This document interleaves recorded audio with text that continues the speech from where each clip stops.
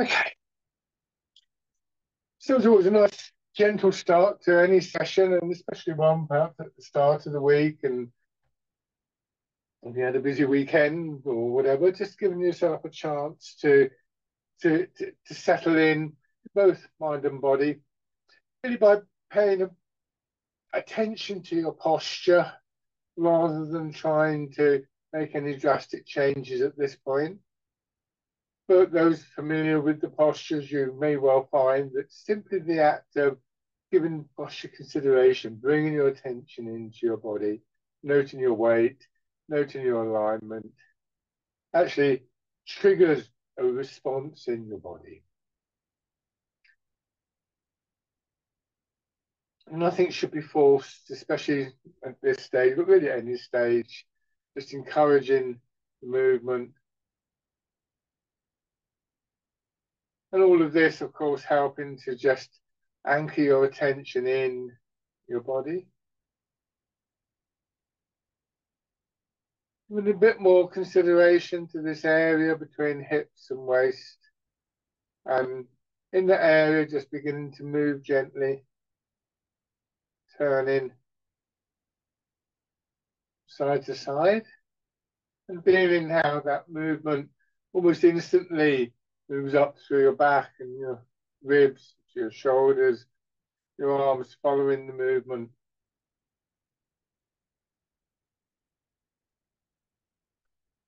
Just a nice steady movement, and letting the range of the movement, how far you're moving, just gradually increase.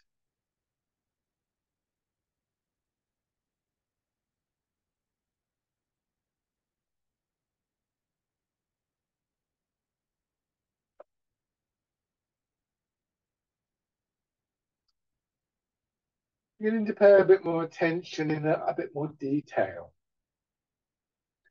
So probably easier to start with the upper part of your body, although in some ways that's the sort of wrong way around. But we need that focus of attention so we can maybe focus on what's happening in the muscles of our back or shoulders, our sides.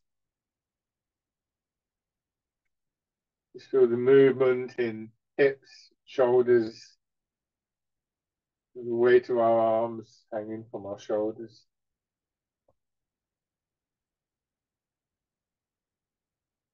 And gradually just bringing your attention further down your body, just aware of the weight of your body in your feet. So you want your feet below your hips, hip width apart. Give adequate support to your hips and the rest of your body. Ideally, we do this exercise without any movement of the weight, although if you do feel the weight is moving a little bit, then that's not a big problem at this stage. Just make sure you're not sort of overdoing it or twisting your legs around. And you want your weight more forwards and backwards in your feet. So a slight sense of angling forwards, which actually encourages this all-important sense of the hips dropping back. It's almost like there was a table there, and you're just resting your bottom on that table, keeping the weight forwards, beginning this key process of rooting down, of just releasing tightness in your body, finding a way of aligning yourself with the pull of gravity, so that the overall effect is the feeling of your weight, your center of gravity, dropping downwards. Soft in your knees, so a slight curve in your knees. Soft in your hips. The feeling that your pelvis sort of hangs from your spine.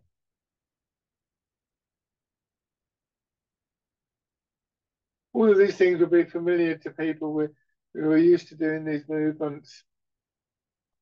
For newer people, do recognize that this is a small but very significant change in your posture. It's going to mean that your muscles of your legs, for instance, will start to work very differently. probably a lot harder than you were expecting.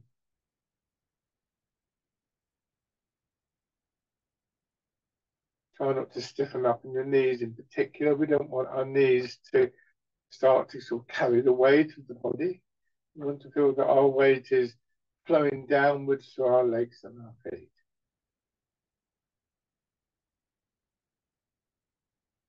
This is a good exercise to reflect on the posture because we quite often feel like quite quick feedback with any changes. So, for instance, I'm standing here doing this and I pull my knees back so that they lock up. I can feel straight away a restriction on the movement in my um, hips, my waist, and my upper part of the body. On the other hand, if I push my knees too far forward, my knees are now um, overextended and I'm sort of being pulled forwards, and that too makes me tense up. So we can play around with these things a little as part of the preparation, as part of the warm up for the main body of exercises. Being a little bit faster, it will have a very gentle aerobic quality. You find that your breathing just gradually deepens.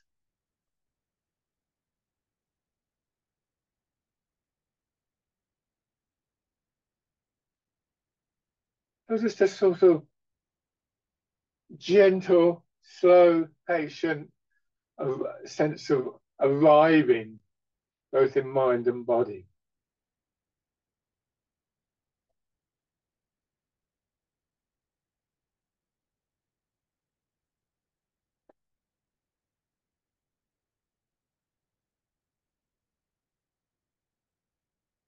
Now turn your hands palm out, raise them up a little, no higher than your shoulders, maybe lower than that, but your elbows lower than your hands. So it's as though your hands are just hanging from the ceiling. Trying to make sure that you haven't sort of lifted up in your shoulders as you do this.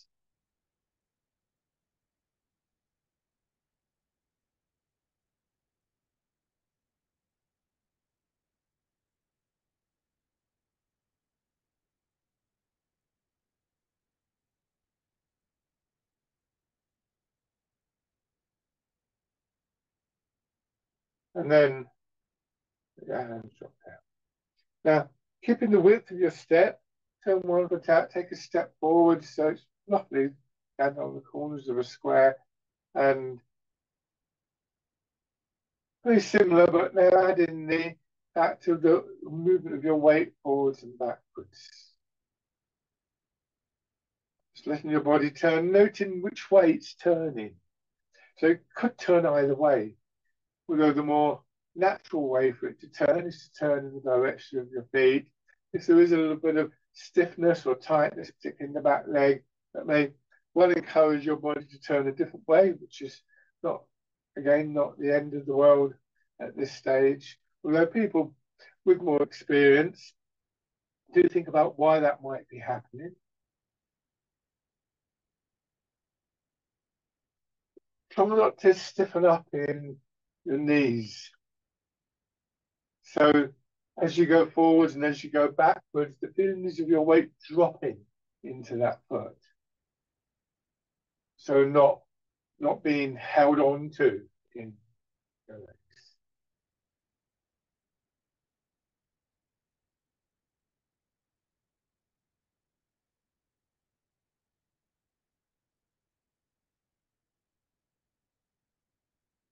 And then on the other side,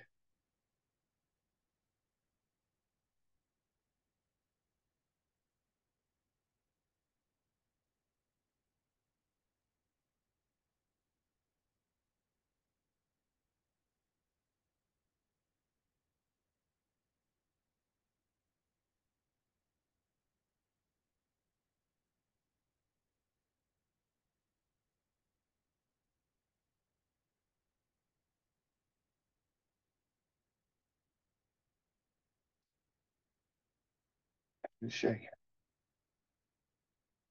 So come back to the parallel stance and begin to just roll your weight forwards and backwards in your feet. I'll come closer so you can see more easily. So I exaggerate slightly. I'm pivoting from my ankles. The problem is I'm going so far that I'm stiffening up and wobbling around, of course. So moderate your movement. So it's roughly between the ball of each foot and the front part of your heel. And think of this as being like the center line of my body. And there's two things we can think of as we do this. One is that the center line stays with me. So I'm not sort of leaning forwards, for instance, or leaning backwards. So even though I'm at a slight angle, I've still got this alignment from shoulders to hips and so on.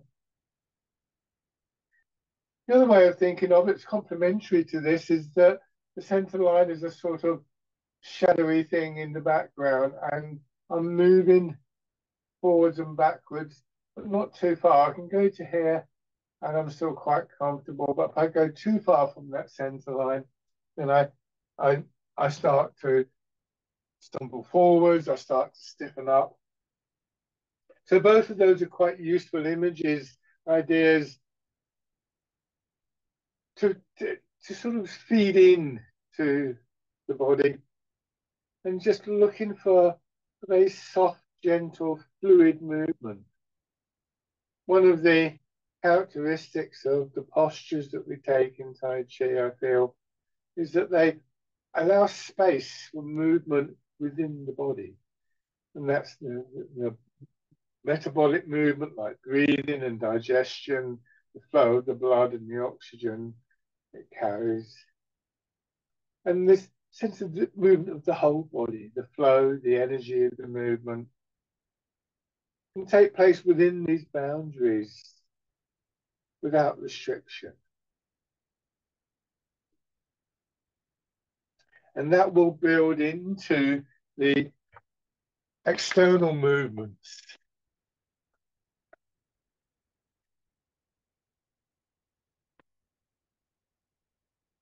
So see if you can find, just register where there might be a point of balance. So if this is the center line of the body again, and it's moving to and fro like that, in theory, I can find a position for the stick that means it will be upright, and I could just take my hands away and that wouldn't happen. Except it usually does, of course. It's a tricky thing to find, and we shouldn't think of it as a fixed point, but rather that there's this possibility of a sense of equilibrium.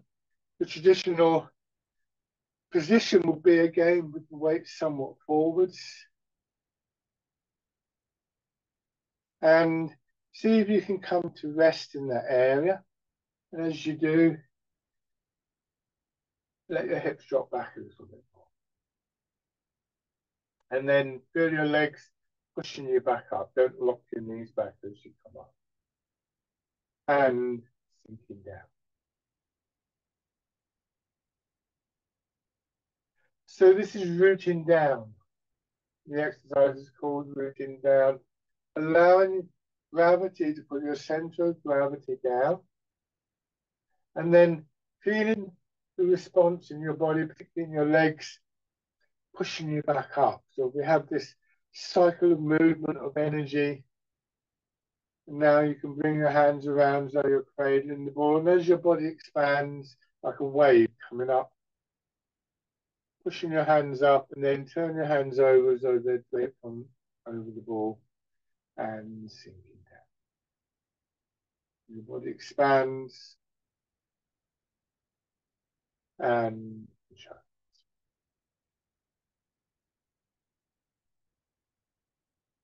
Just let your breathing come smoothly and naturally. Don't force a particular breathing pattern.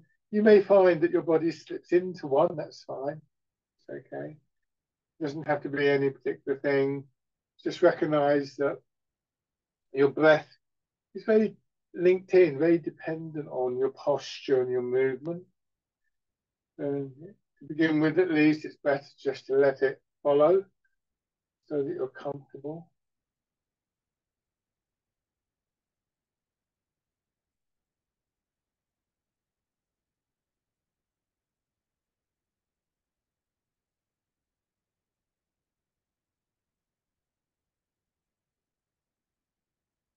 And just every now and then, hopefully feeling that that center of gravity can drop a little bit further.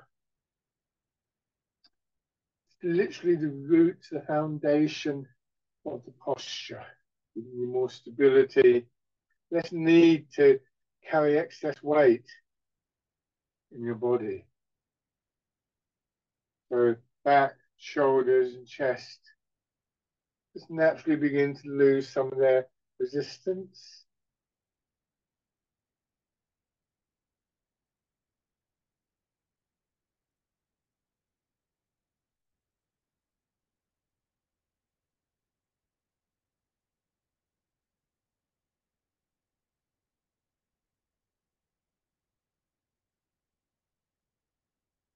Note any areas that feel a bit stiff, a bit tight or blocked. This or subsequent exercises to gradually release those areas.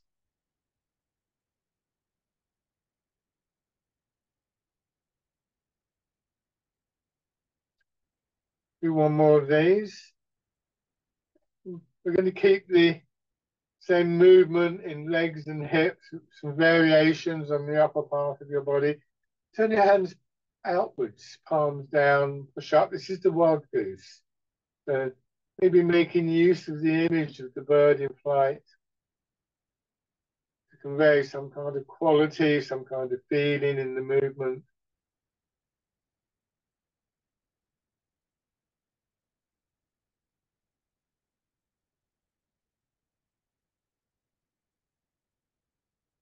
Just again, trying to maintain that nice steady rhythm, expansion and contraction.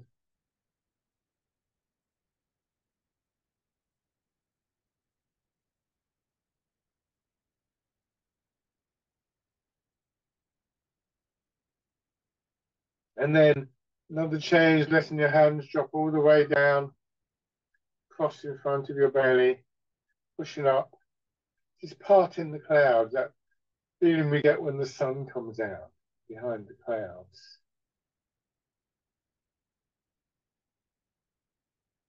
A nice expansive quality from the ground into your fingertips and back down as you contract.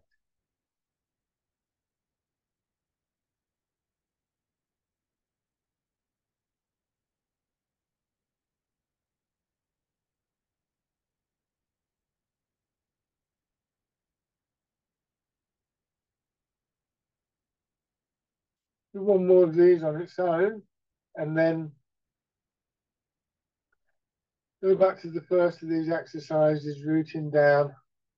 We're going to do one of each. So rooting down. At this point, turn your hands, palm out, fingers out, and wild goose. And then from here, let your hands drop down and parting. Don't rush to change. And if you do get it in the wrong order, don't panic about it. Coming back to the first of these. Just feeling the flow from one movement to another. Feeling the change, particularly in your upper body, different patterns of movement, of expansion and contraction.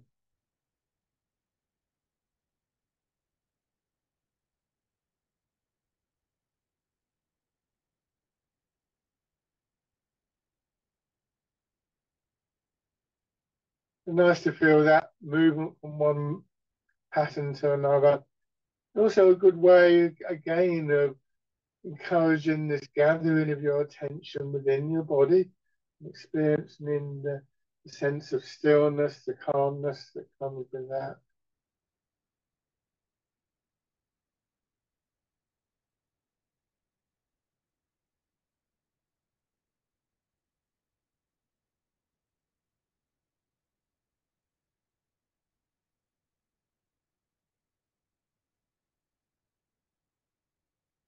Let's do one more round of this.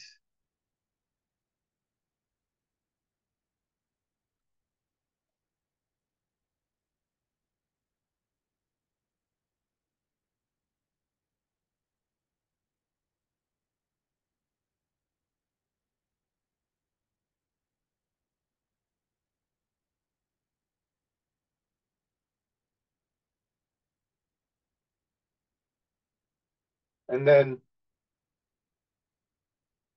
your arms hang down all the way to the sides. And as you push up again on one side, pushing up as though you're going to pluck something delicate off the tree, wind around and pull down. This is called Dragon Plucks the Stars. And on the other side, extending, not stretching, but extending. So at the end of the movement, on each side, top part of the movement, you feel as though you could have gone a little bit further. Notice my elbows still bent. I'm not trying to stretch, but I do feel an extension all the way through that side of my body. So once again, there's space there for movement, for flow.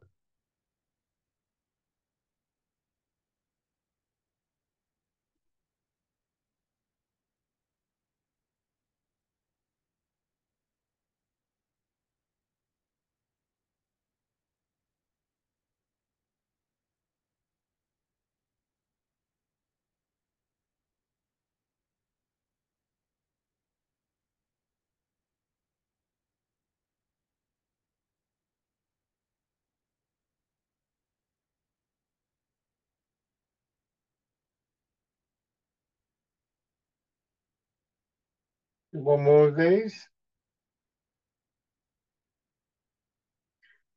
This time, as your arm comes down, letting your hips just settle back in this, I think it was the top position, just slightly hanging back. So a feeling of overhanging in lower back, hips and buttocks, hips in line with your ankles, knees in line with the balls of your feet is the ideal kind of alignment that you're looking for here.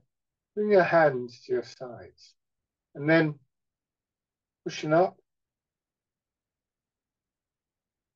It's a little bit above your head and taking your time, just bringing your hands back down to the starting position. And then pushing sideways.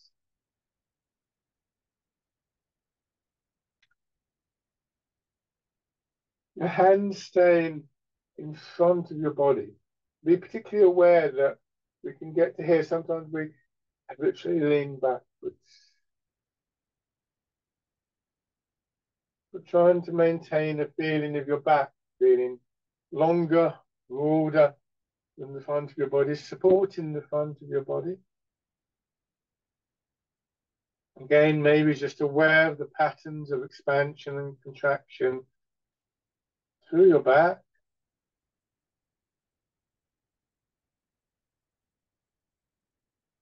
Overall, a gentle sort of massaging quality to the movement.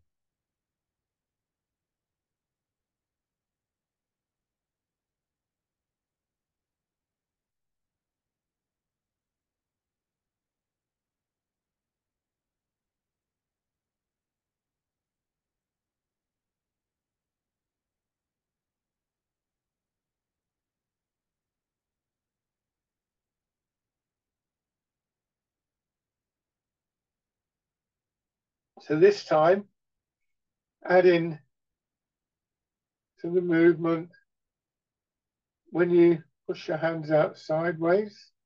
At the same time, if you can, turning in your hips and your waist.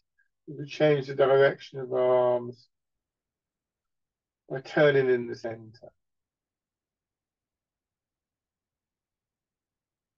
This is where it can be quite useful again to focus on what's happening in your back, facing the front and pushing out to finish, pushing in four directions. So if you're aware of that, what's happening in your back, that same quality, and when you turn, if you lose that, maybe just moderate the turn a little bit. It's not about big movements. You don't want to feel any kind of tightening between the solar plexus and your shoulders, for instance. You don't want to twist your back around. One of the key sort of outcomes that we're looking for is an improvement in this internal flow.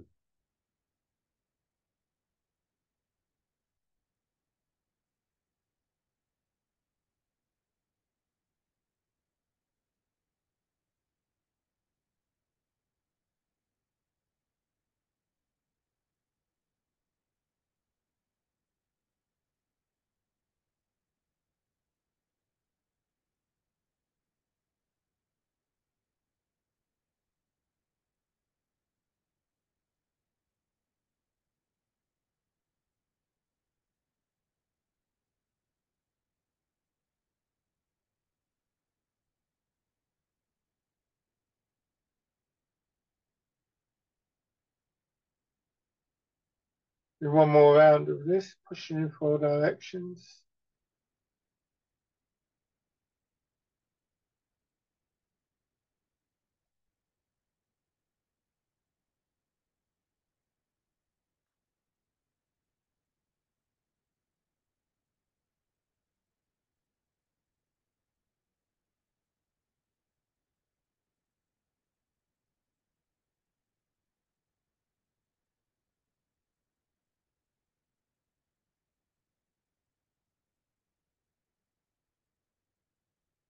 Okay, now your hands come back down, drop down, and the next sort of expansion, one arm being pushed out and swinging up, and then down the center line of your body, in front of your nose and sternum to your navel. So just observing the movement, and in particular, people more familiar with these movements, don't wait for me to tell you what to feel. Observe changes in your body, and you'll find that that begins to work on a more and more subtle level. Some of those movements will be familiar, others will perhaps be new movements. If it's comfortable at this point, add in the turn. So you draw your hand across. So those very subtle changes within the body draw our attention and our intention much more closely to that sense of the energy flowing within the body. These are the building bricks of the bigger movements, the ones most likely to be influenced by our intention. Now change sides. So some of those movements, some of those patterns will be familiar to those of you familiar with the exercises. As I said, others may be new. Some may be absent. So there's an aspect of this that is consistent, but an aspect of this that is also very changeable. There's lots of factors that can influence these smaller movements.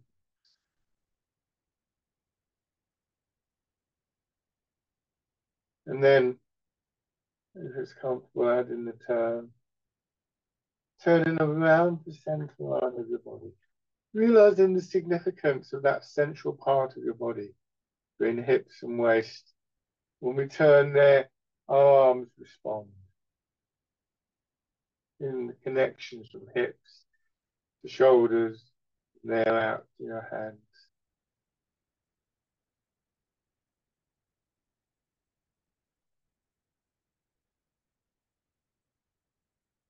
And letting your arms hang down, and going back to this earlier movement that we did. Noting that when we do this, because our hips are going back, are quite soft, our pelvis, rather than sort of stiffening up, tends to hang and tends to find its own level. So it tends to remain level shall we say, parallel to the floor, more or less, without getting into the geometry of it. When our pelvis is level, we're more likely to be able to stand upright. But we're going to change that now. So go very carefully with this one, with your knees and your back. People who are new to this, best to watch a couple of times. This time as I sink down, I push my hips back, and you can see I now move away from that central line. But by letting my hips drop back, I come back to it and can then push up. Think of that center line as being like the mooring post for a boat in the sea. You can move away from it a little bit, but you'll always get drawn back to it.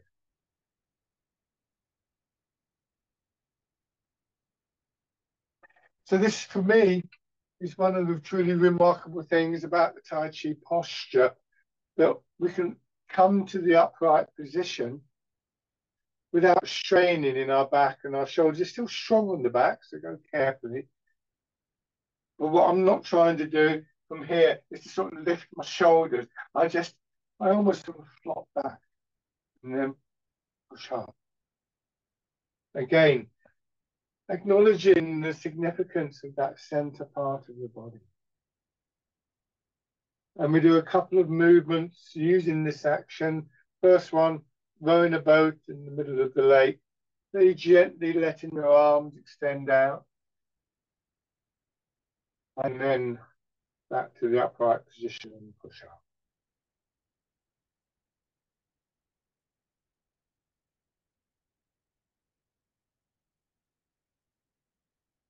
As you come to the upright position, get that feel of that center part of your body dropping down. So trying to maintain that spacious quality, particularly in the upper part of your body.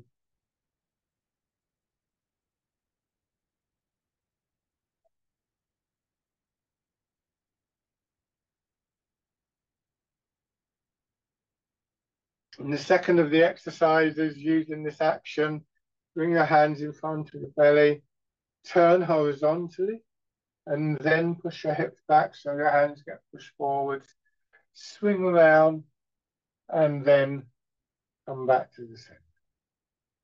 Change direction, turn, push your hips back, swing around, and back. This is called polishing the table.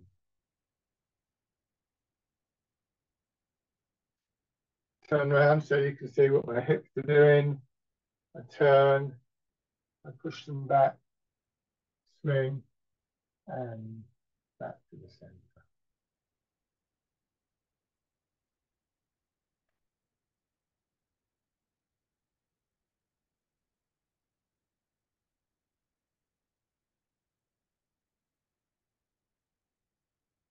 One more in each direction.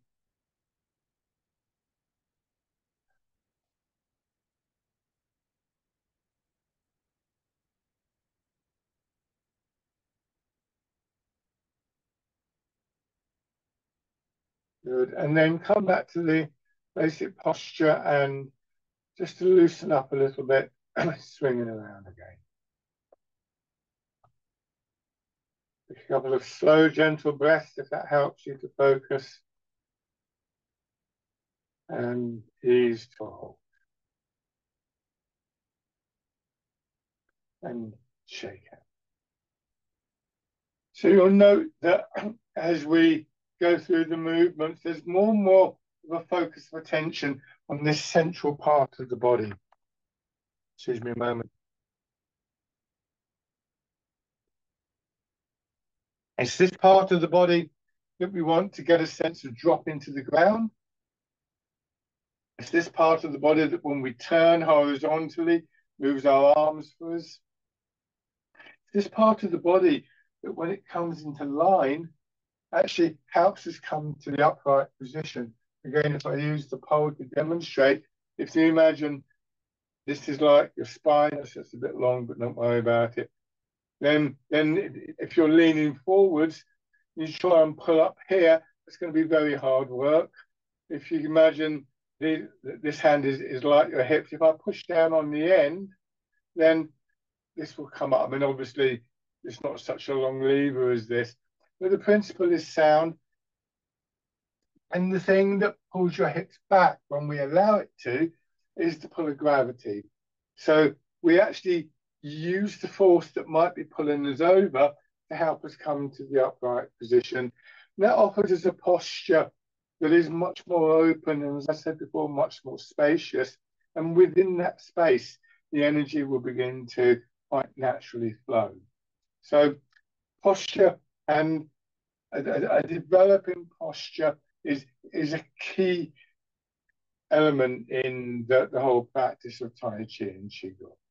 We also learn to bring our attention more frequently to this central part of the body, and it becomes a location that is associated with a quietness and a stillness. So from the meditational point of view, from the development point of view, developing this calmness in our body, bringing our attention to the center really helps us to develop that. So we're going to change the posture. The idea of the hip width posture is to give maximum support to the body. We do use other postures in Tai Chi. We use narrower posture sometimes, one-legged posture sometimes. But this is where we learn about what it feels like to root down, to be in line, to be supported, to feel that we've got the support of our legs, our skeleton, for our overall posture. So we're going to do now, turn one foot out a little bit and step straight forwards with the other foot once again. Notice that you can still see the background between my legs. I haven't stepped on like this as I'm stepping on a tightrope. I maintain the width of my step, and the length is about the same as the width, or maybe a little bit longer. And then, as we did earlier, but with a bit more precision, begin to transfer your weight forwards and backwards. So with the previous exercises, the movement was a vertical one. We were sinking down and feeling ourselves being pushed up.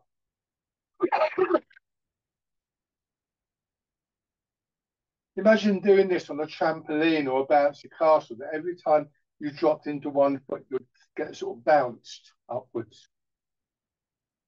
But we don't want to go up, we want to go forwards and backwards. So this is where an awareness of what's happening in the center of the body. We feel the push from the legs, and it's almost like there's a ball there.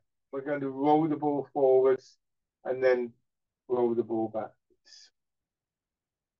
Notice how we use different ideas, different images at different times. There's no one image or idea, theory that encapsulates the whole of these movements. They're experiential. What we can do is find appropriate imagery, appropriate ideas to feed our intention.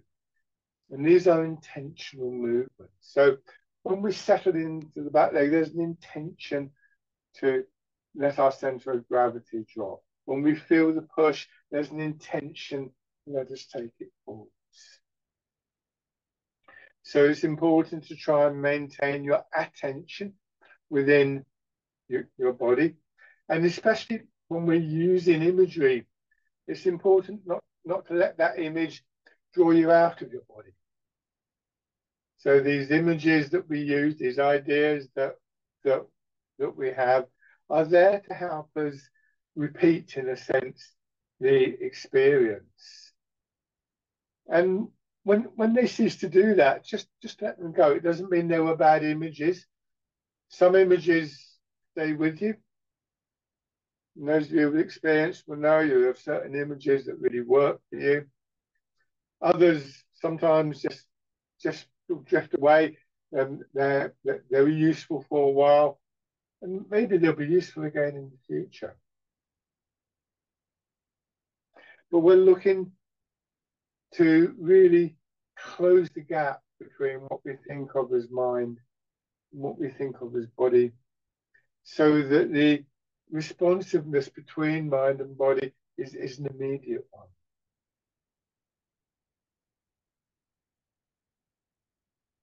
Nothing wrong with using the images, by the way. Not suggesting that at all.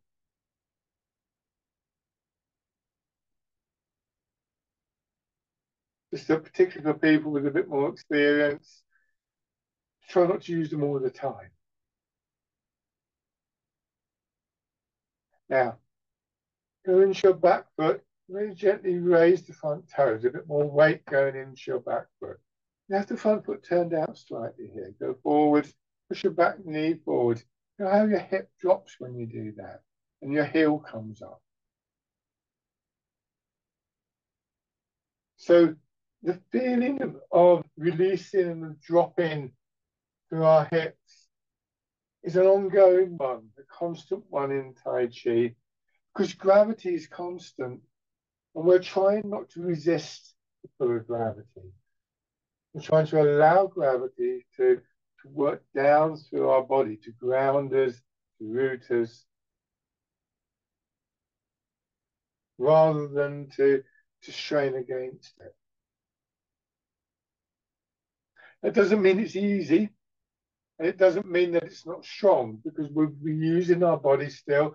The muscle, tendon, ligament, and so on are still engaging, but often in a different way. So always go nice and gently.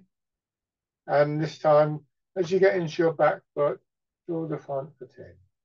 Step out to the hip width position again, put your heel down, lower your toes, move your weight forwards. This time, it's the back foot that comes in and then pushes out with the ball of the foot going down.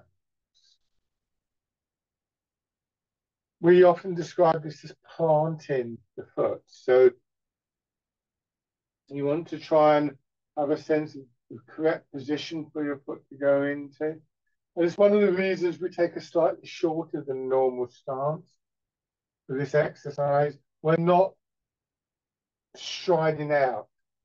So if I were to go for a long step, I would extend my leg, but I'd slightly overbalance. So I sometimes describe this as though you're walking on thin ice. You want to test the ice before you commit your weight. Trying to keep the upper body level and remembering that your hips hanging back and yielding to the pull of gravity will really help you with that, and maintaining this awareness of the center line of your body. I'm trying to avoid something like this as my knee goes forwards, leaning forwards or whatever. So just learning to move the step with that alignment.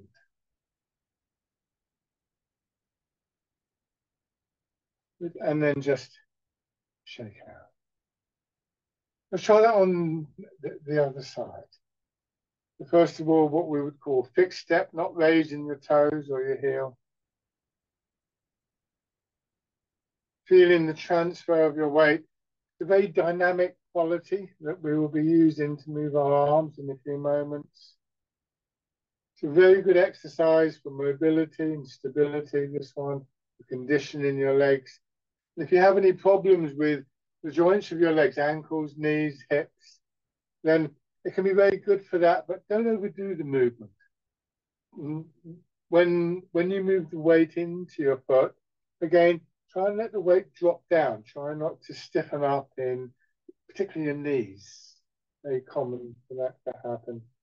That just means that your knees end up weight bearing. So that makes this a really crucial exercise for the whole system and for our well-being, because it can have a direct impact on our mobility.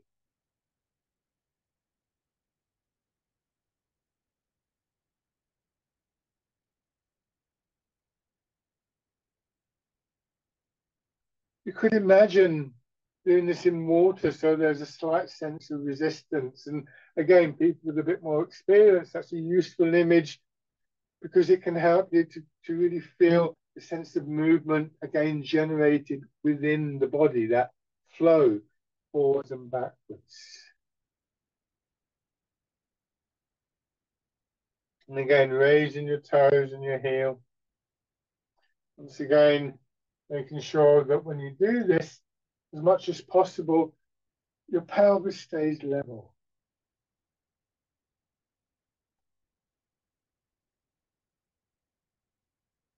When we can move in this way, maintaining our alignment with the pull of gravity, maintaining our root, the dropping of our center of gravity, then we have a much more stable movement.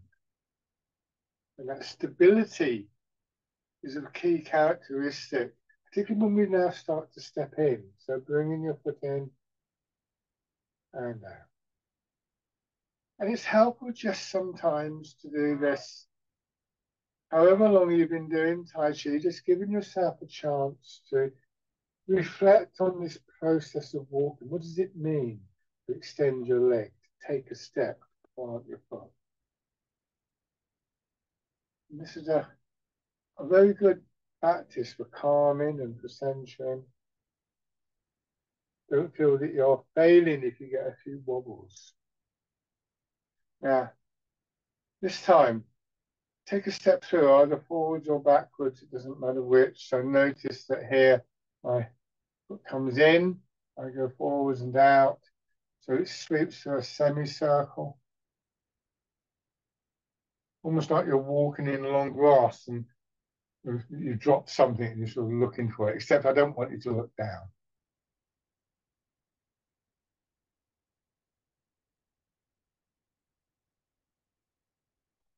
And then change direction if you haven't done so already, trying to maintain the width of that step. Just be aware if you are walking backwards now, most people find this a bit trickier.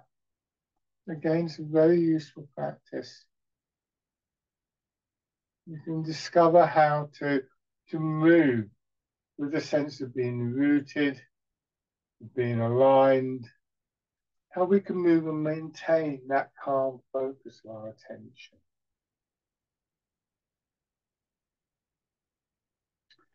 Give your legs a shake. There's a useful practice, doesn't take up much room, nothing complicated to remember. But now, we're going to bring our arms back into the movement, and this may make you lose the focus of your attention. So try and maintain that sense of what's happening between your feet and your hips. And don't let your arms dominate the movement. Start with your right foot forward, so mirror my movements, and your weight in your back leg. Hold your hands over your belly, push forwards, and let that movement push your arms forwards, and they'll just naturally swing up a little bit, and then coming back. And we're going forwards. This is an exercise called the pigeon spreads its wings, expanding in the front of your body, contracting as you go back. Generated from the back foot.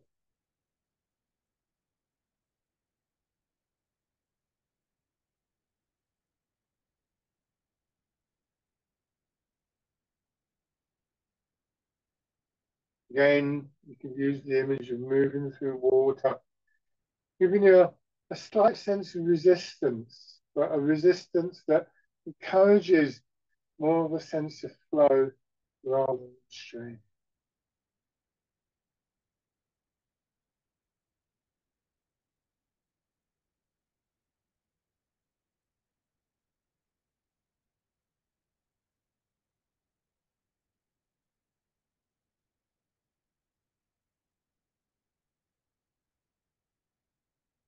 One more time.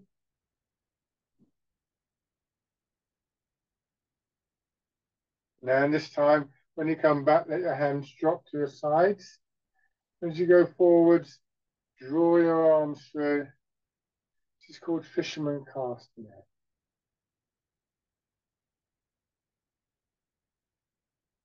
We are facing forwards. Our center is facing forwards, not turning particularly. If you're slightly blind, don't worry about it, but then move forwards and backwards. Your weight is moving forwards and backwards. That's the direction that your arms are moving. Nothing sort of complicated there. So just get a sense of that flow, that wave-like flow of movement through your body.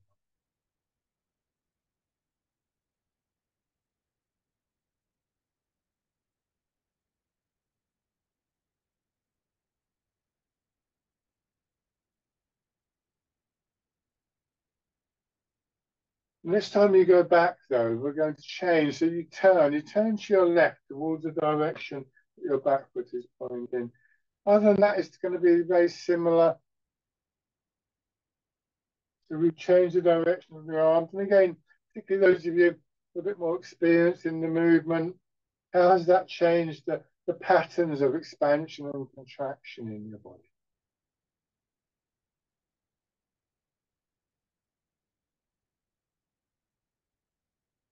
Notice that the arms are curving slightly.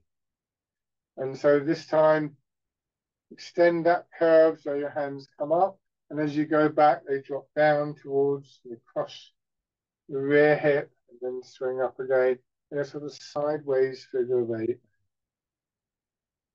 The combination of your weight moving backwards, your center turning to the left, creating shape along with those patterns of expansion and contraction within the body. So your arms following the movement rather than creating it.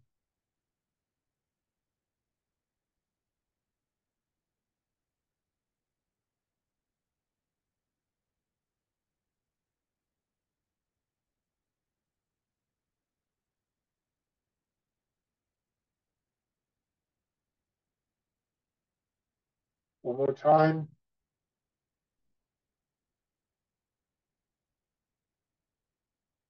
Okay, and shake. So the most visible part of all of this, of course, is our arms. But in terms of the progression through our body, they're the last thing that actually come into play. So now, have your left foot forwards and same exercises again, starting with pigeon spreads its wings.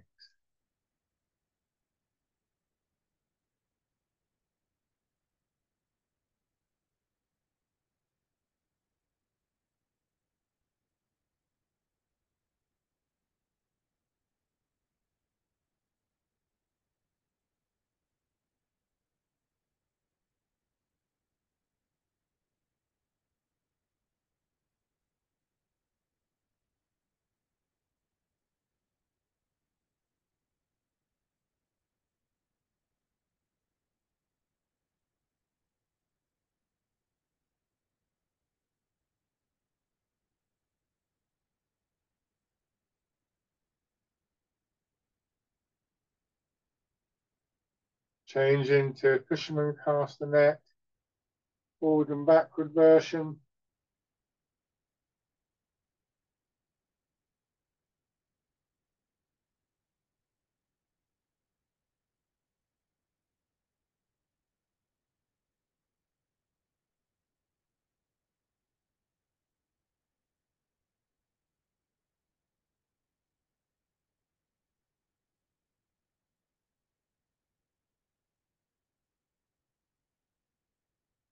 And then turning, arms still following a very distinctive feel on arms following in this way.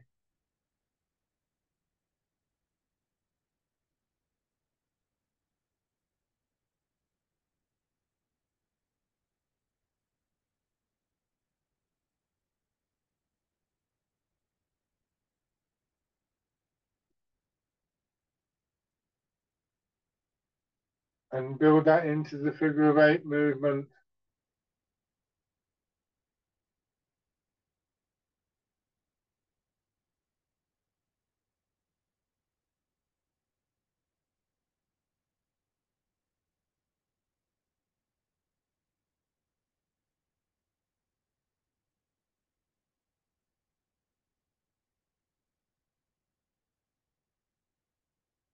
And we're going to combine this with the stepping.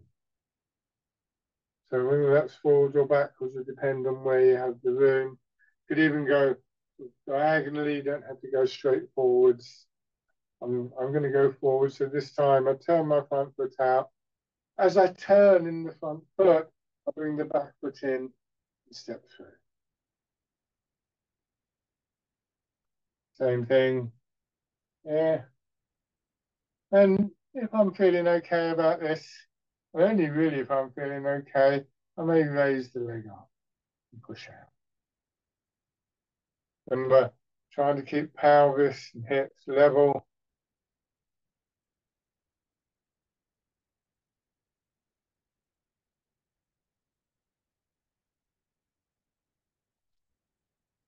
I'm going to change direction now.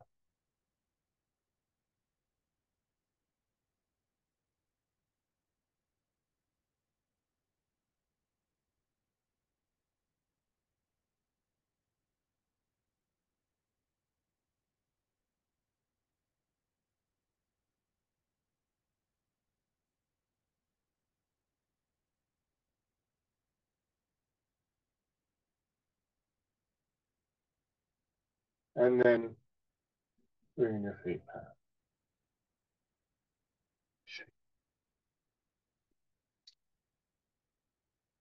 So, rubbing your hands together. And then the pads of your fingers tapping lightly over your face.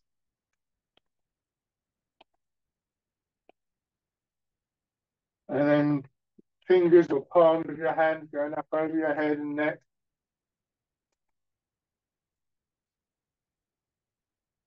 Down to one shoulder and your arm. And on the other side. And your back.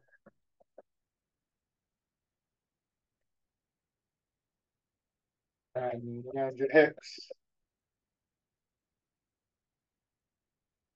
The outside of your legs up the inside. Into your belly. Pinching on the upper part of your chest. So to finish, an exercise that brings us back to the characteristics of the basic posture.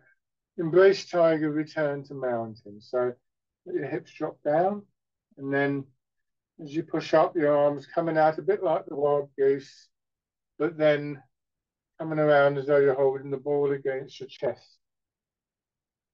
Letting your elbows drop and then your hips sink, coming back to the mountain. And then starting again, easy and gently.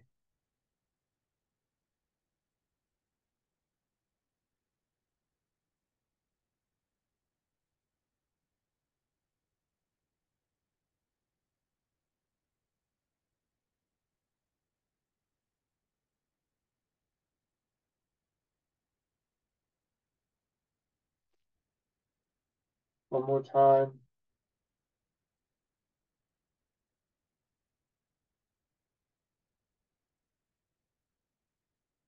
And just let your hands come down to rest. And stand again for a few